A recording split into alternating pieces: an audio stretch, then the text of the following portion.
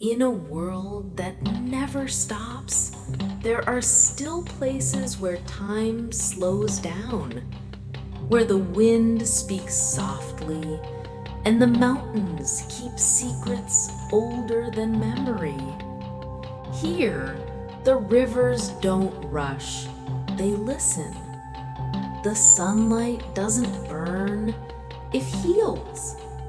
And every leaf that falls reminds us that even endings can be beautiful.